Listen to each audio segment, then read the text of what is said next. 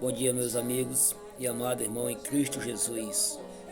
Nessa manhã de sábado, vim aqui trazer uma reflexão no qual eu tenho lido e estou meditando aqui na passagem do Senhor, no qual o próprio Jesus traz uma mensagem de recado, de alerta para nós, no qual aqui no livro de Lucas, no capítulo 11, e o versículo 29, numa passagem onde tem por título o sinal de Jonas, a Bíblia fala assim para nós: como afluísse as multidões, passou Jesus a dizer: esta é a geração perversa, pede sinal, mas nenhum sinal lhe será dado, senão o de Jonas. Meus irmãos, qual foi o sinal que foi dado para nós através de Jonas? Jonas é um livro que se encontra na Bíblia, no qual ele tem 4 capítulos. E a gente vai ver que no primeiro capítulo a gente vai conhecer o início da história de Jonas, no qual hoje muitos chamam ele como profeta fujão. E aí a gente vamos entender por que Jonas tem esse apelido de profeta fujão.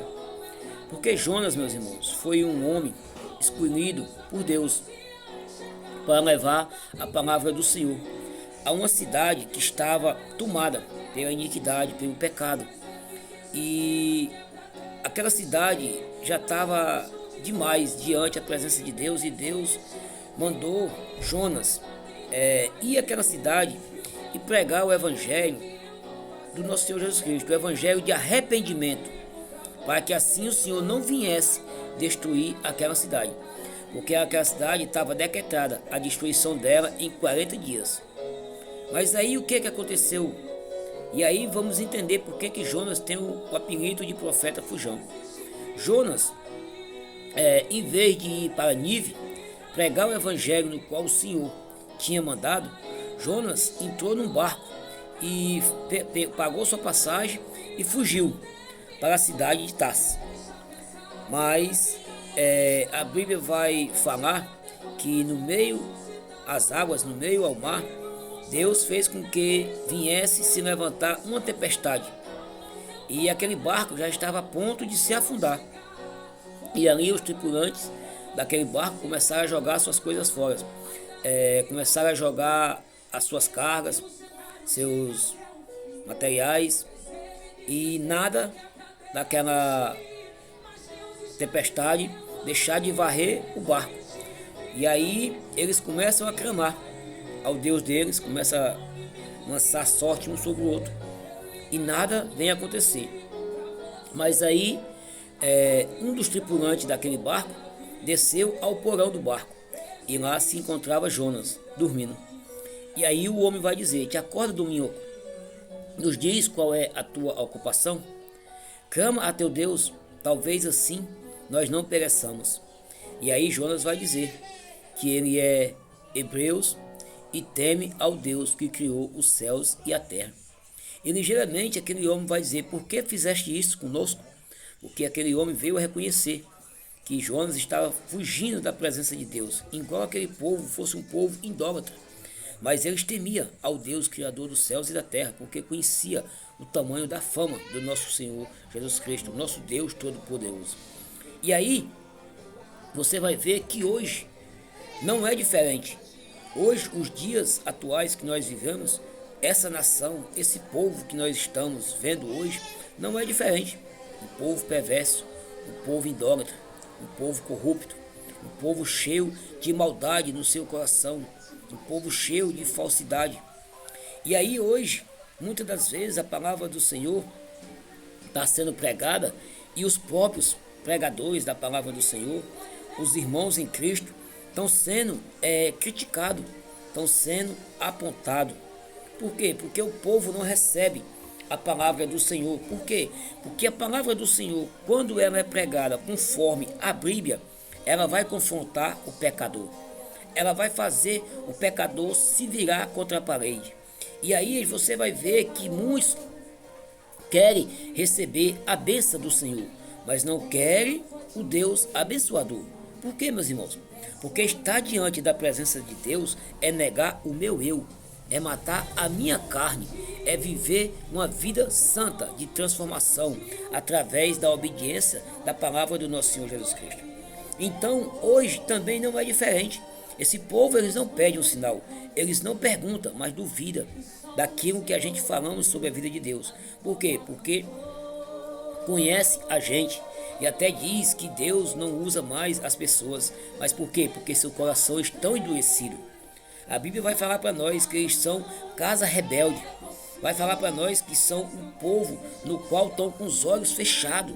Porque o Deus desse mundo, o diabo, já cegou os olhos dos incrédulos para que não venha ver a plenitude e a glória de Deus. E o coração endurecido, a palavra do Senhor não entra. Aí você pode me perguntar, irmão, mas o que podemos fazer? A palavra do Senhor, ela vai vir como uma marreta que esmiuça as pedras. Então nós temos que pregar.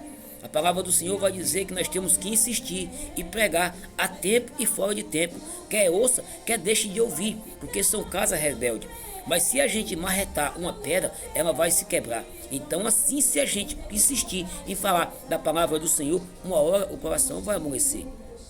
E aí a Bíblia vai dizer que nós temos que fazer a obra do Senhor para que Deus venha tirar esse coração de pedra que tem no coração desse povo, na carne desse povo, e colocar um coração de carne, para que assim a palavra do Senhor possa ser plantada, germinar e vir dar fruto, frutos bons, frutos que venham florescer no reino.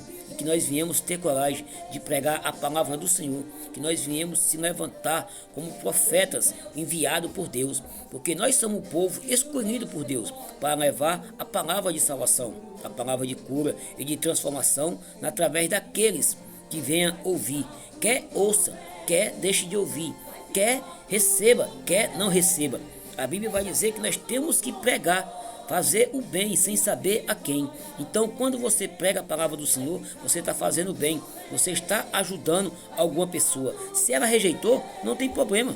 Não tem problema, não se incomode com isso, porque a Bíblia vai dizer que quem vai fazer a convenção não somos nós, é o Espírito Santo. Então nós só temos que pregar. E se ele rejeitar a palavra do Senhor, um dia perante o Senhor, essa própria palavra que ele ouviu e rejeitou, ela também vai o rejeitar. Porque é assim que a Bíblia vai falar, lá em João 12, do 44 a 48, ele vai dizer que a palavra que tu está ouvindo agora, se tu não receber, eu não te julgo.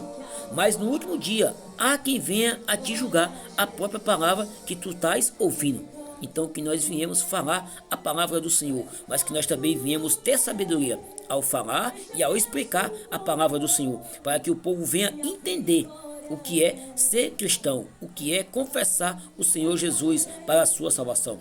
Porque a Bíblia vai dizer que a palavra está perto de nossa boca e em nosso coração. E se nós confessar e invocar o Senhor, vamos ser salvos. Mas todo aquele que crê e confessar o Senhor não venha ser confundido, mas que venha transmitir a presença de Deus através da mudança do seu caráter. E assim andar dando testemunho de um Deus vivo e poderoso, para que todos possam crer e ver a presença de Deus sobre nossas vidas.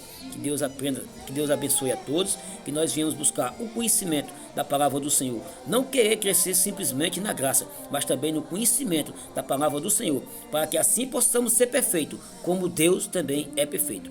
Amém? E Deus abençoe a todos, em nome do Senhor Jesus.